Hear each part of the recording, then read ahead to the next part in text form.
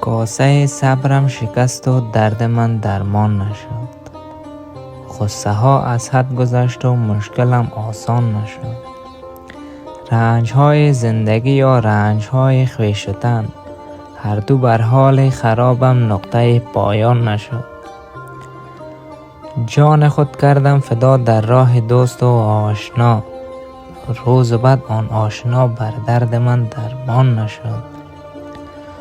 جان و قربان همه از روی مطلب بود، مگر جان و دل دادم ولی هیچ کس جانان نشد.